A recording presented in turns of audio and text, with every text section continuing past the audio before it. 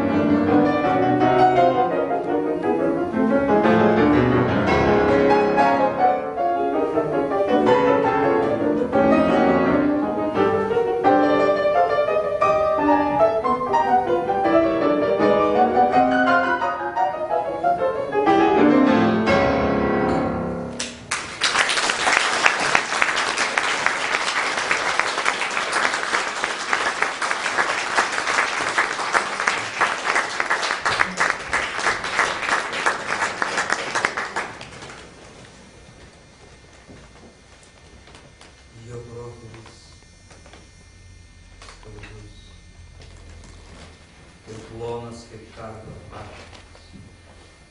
Neseniai čionai praėjo Apolonas ir pasiliko amžinai stiklinis jo lyros aidas, erdvėj baimingų kambarių.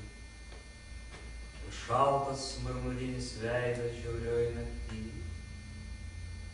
Ir aš turiu dainuoti pavargusias, senas, numirusių žmonių dainas. Dangui kryžiuojas krebždės greitas, miškelį šoka linksmos fleitos ir saulė, skambantį peizažą rausvai, kaip moterį veža.